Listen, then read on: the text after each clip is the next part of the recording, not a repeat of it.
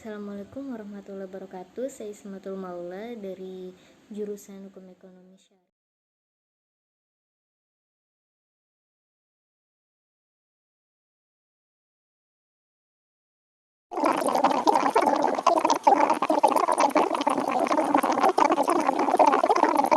Kebijakan fiskal menurut ekonomi Islam diharapkan melaksanakan fungsi alokasi, distribusi, dan stabilisasi dalam suatu negara yang mempunyai ciri khas tertentu dari nilai orientasi, dimensi etik dan sosial dalam pendapatan dan pengeluaran negara Islam. Sistem perpajakan Islam harus menjamin bahwa hanya golongan kaya dan makmur yang mempunyai kelebihanlah yang memikul beban utama pajak. Adapun ciri kebijakan fiskal dalam sistem ekonomi Islam yaitu yang pertama, pengeluaran negara dilakukan berdasarkan pendapatan sehingga jarang terjadi defisit anggaran. Yang kedua, sistem pajak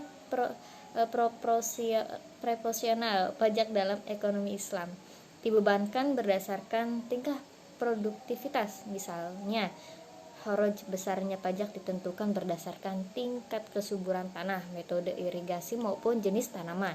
Yang tiga, penghitungan zakat berdasarkan hasil keuntungan bukan pada jumlah barang.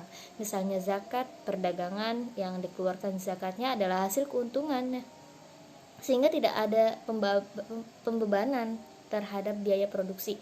Pada masa kenabian hingga masa kekhalifahan, kaum muslimin cukup berpengalaman dalam menerapkan beberapa instrumen sebagai kebijakan fiskal yang diselenggarakan pada lembaga Baitul Mal. Sejarah Islam telah mencatat bagaimana perkembangan peran kebijakan fiskal dalam sistem ekonomi Islam melalui dari zaman awal Islam sampai kepada puncak kejayaan Islam pada zaman pertengahan.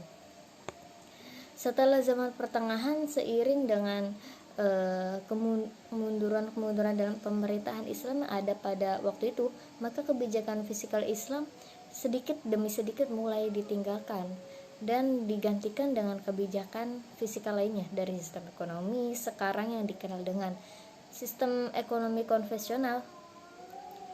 Instrumen kebijakan fiskal dalam perspektif ekonomi konvensional.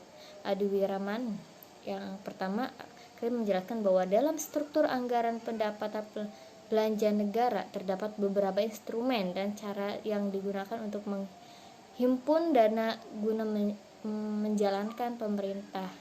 Antara lain, yang pertama, melakukan bisnis. Pemerintahan dapat melakukan bisnis seperti perusahaan lainnya, misalnya dengan mendirikan badan usaha milik seperti BUMN, seperti halnya perusahaan lain dari perusahaan negara.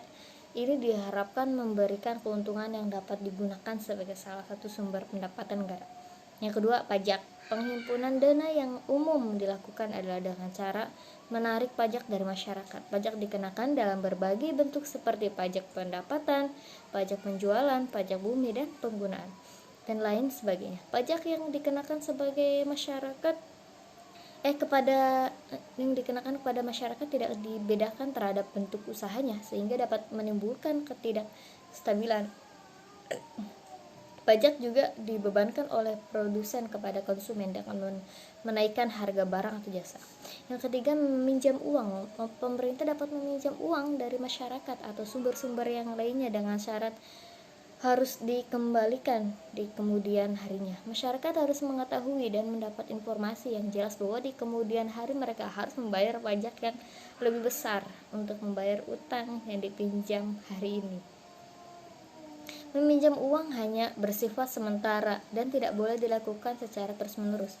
Dalam perspektif ekonomi Islam, kebijakan fiskal memiliki dua instrumen. Pertama, kebijakan pendapatan yang tercermin dalam kebijakan pajak. Kedua, kebijakan belanja.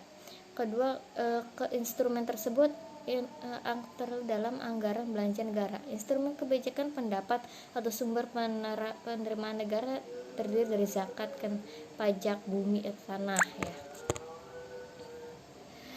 Isa pajak dikenakan pada kalangan non-muslim khususnya. Sekian pemaparan dari saya, kurang lebihnya mohon maaf. Wassalamualaikum warahmatullahi wabarakatuh.